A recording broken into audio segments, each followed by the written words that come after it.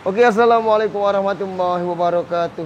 Bersua kembali korang bersama saya Siti Yusof menceritakan masalah-masalah kita dan sebagainya. Sebelum tu, kalau anda kata ada kesempatan sikit untuk selawat atas Nabi Muhammad sallallahu alaihi wasallam, kita boleh selawat sama-sama. Allahumma salli ala sayyidina Muhammad wa ala ali Muhammad.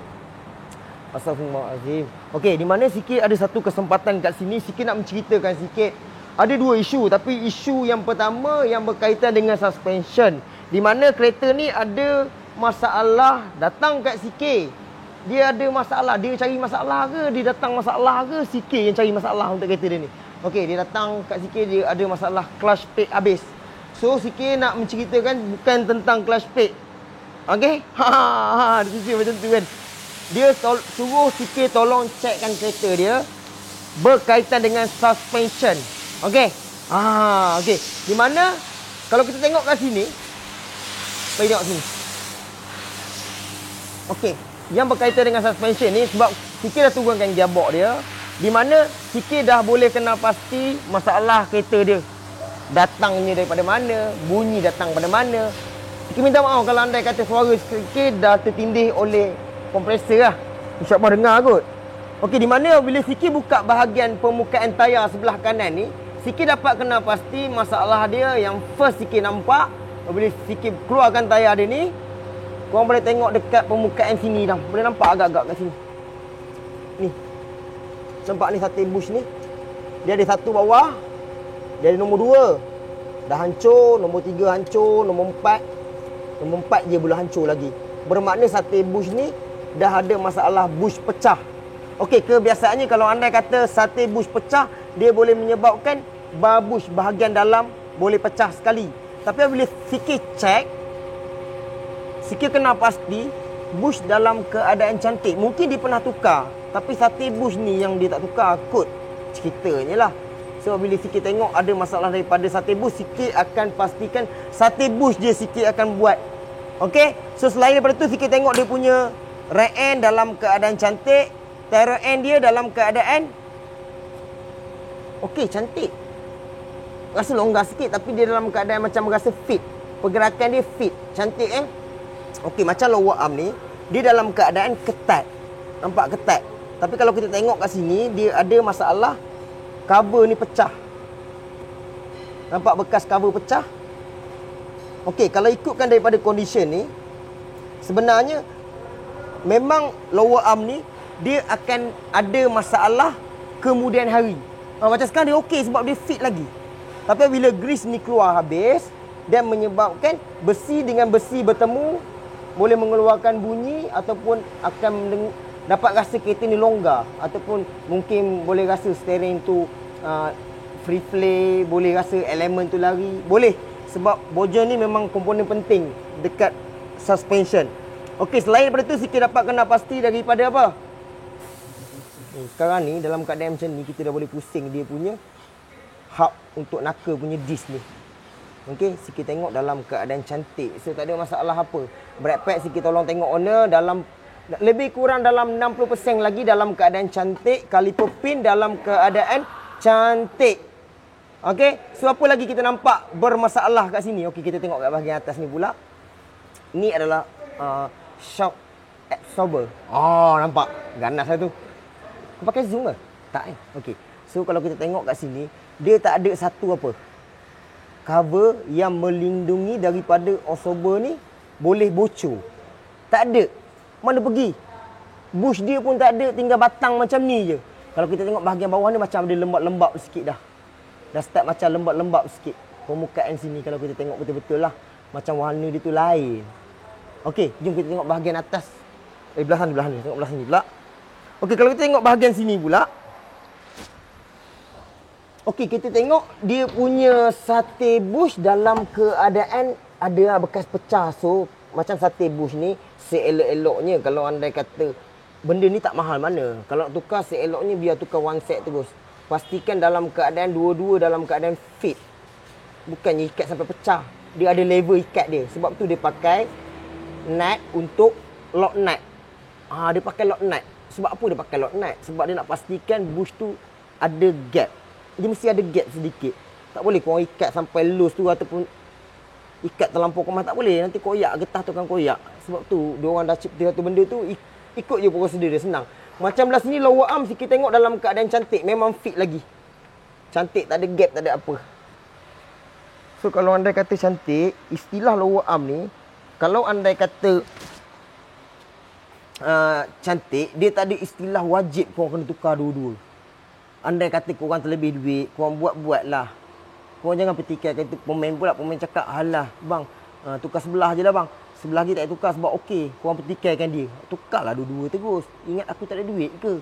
Jangan macam tu. Okey, pastikan betul-betul lower arm tu okey, boleh pakai, tak ada masalah. Sebab permukaan jalan Malaysia ni tak akan sama. Kan? Mana tahu belah kanan tu jalan lebih, belah kiri steady je kan. Mana tahu daripada Osober yang belah kiri ni dah condemn ke, menyebabkan lower arm cepat kong ke, boleh jadi isu. Okey. Okey, kalau kita tengok daripada rear end kereta ni pun cantik belah sini. Dia punya ni tak sedap ni. Cuba tengok dekat sikit dah, boleh nampak? Boleh nampak tak? Ada gap. Nampak kan? Okey, sebenarnya tail end bahagian ujung ni sebenarnya memang ada masalah longgar dan boleh menyebabkan bunyi dalam keadaan jalan tak rata ke, boleh menyebabkan juga elemen korang boleh lari. Okey, so kalau kita tengok bahagian belah sini, kita nampak belah sini confirm. Kalau kau tengok dari sudut sini kan, nampak ada bekas minyak kat sini. Sebenarnya minyak ni memang datang daripada absorber ni. Okey, kalau kita tengok dia punya cover pun tak ada. Cover absorber pun tak ada. Sebab tu pasir boleh masuk. Bila pasir boleh masuk, pasir tu dah bocorkan OC dalam ni. Tapi kalau kita tengokkan absorber ni mungkin dah lama dah. Tapi seeloknya lah, cover tu memang sifat untuk melindungi daripada absorber ni cepat kong ataupun cepat bocor lah. Okey, kita tengok absorber cover bahagian atas. Absorber cover ni, cuba tengok ni. Absorber cover lagi. Absorber mounting. Ini pun berkaitan dengan elemen juga. Sekejap sikit tarik sikit bahagian bawah ni, korang boleh tengok permukaan terbuka dia macam mana. Nampak? Nampak crack tu?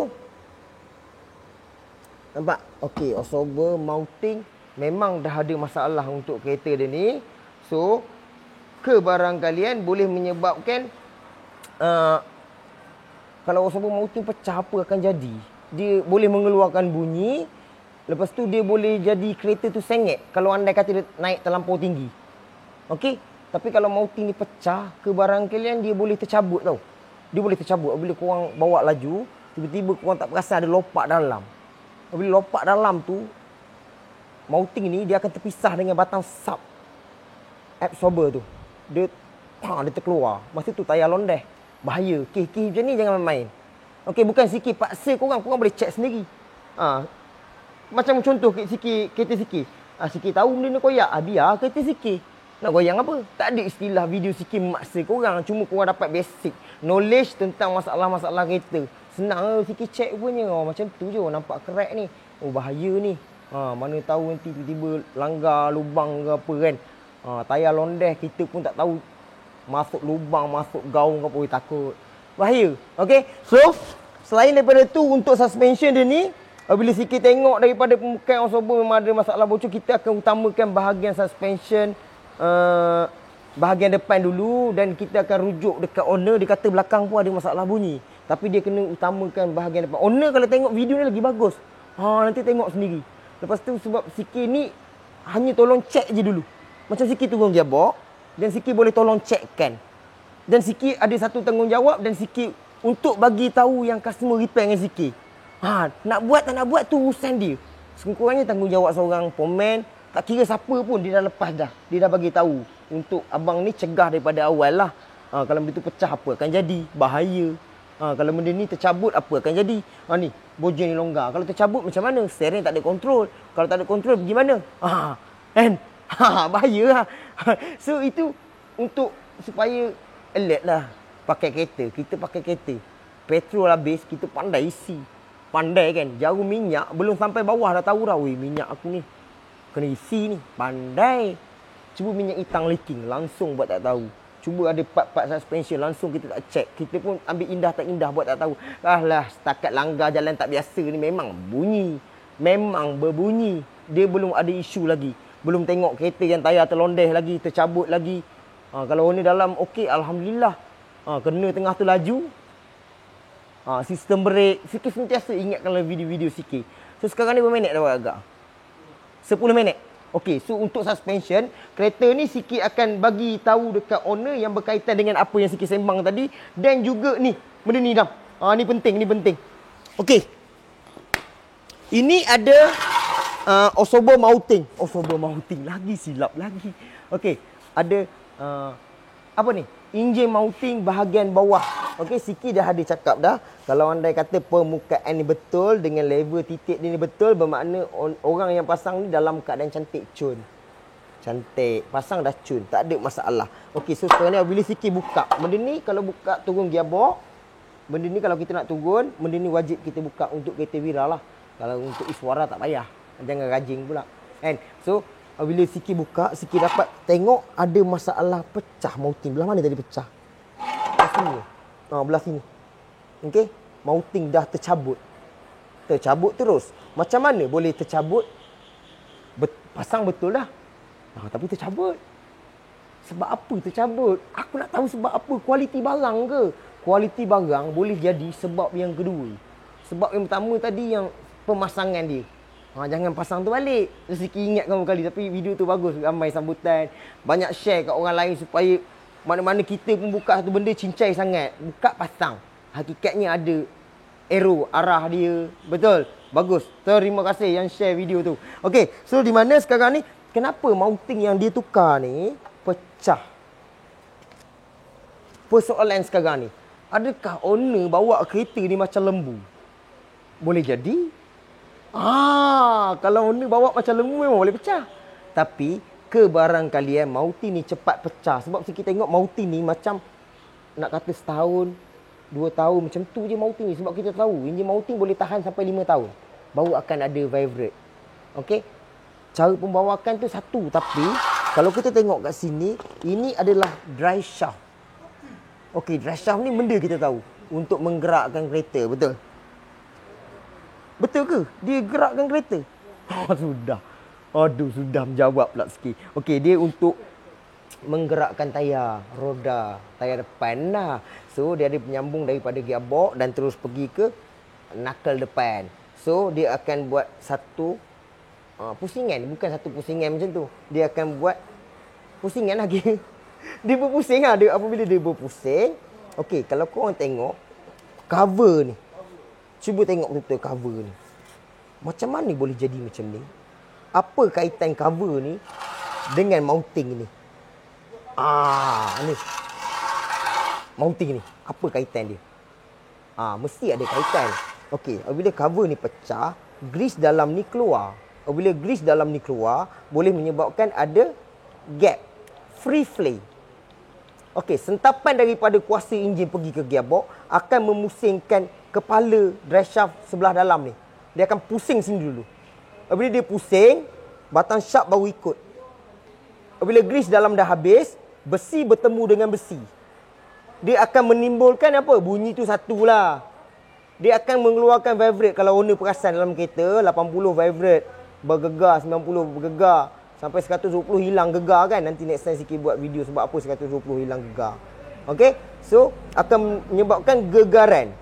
Gegaran dan juga sentapan. Okey. Apabila sentapan terlebih kuat, dia akan beban kepada mounting enjin bahagian bawah. Itu penting. Sebab apa dia boleh pecah? Kenapa dia boleh pecah? Punca dia pecah.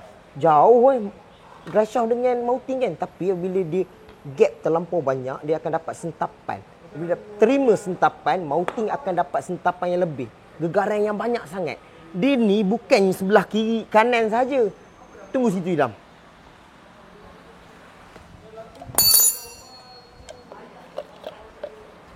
Dia bukan sebelah saja.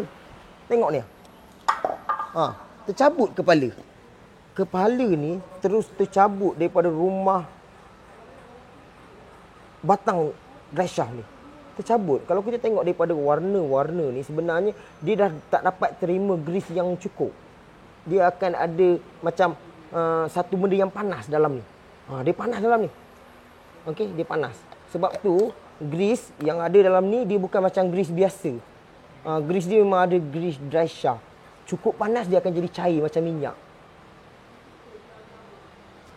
Kan? So, apabila longgar, banyak sangat gap. Apabila terima gap, longgar banyak, gegaran akan jadi kuat, mouting pecah. Mouting pecah. Dia akan tangkap bahagian bawah. Mouting tepi dia tak akan tangkap sangat. Sebab pergerakan depan ke belakang. Contohnya Siki duduk sini. Kan? Gerak banyak sangat. Siki gerak banyak sangat, lengoh pinggang. Betul. Okey, next time kita jumpa lagi. Andai kata bermanfaat, minta korang share. Assalamualaikum warahmatullahi wabarakatuh. Al-Fatihah. Assalamualaikum.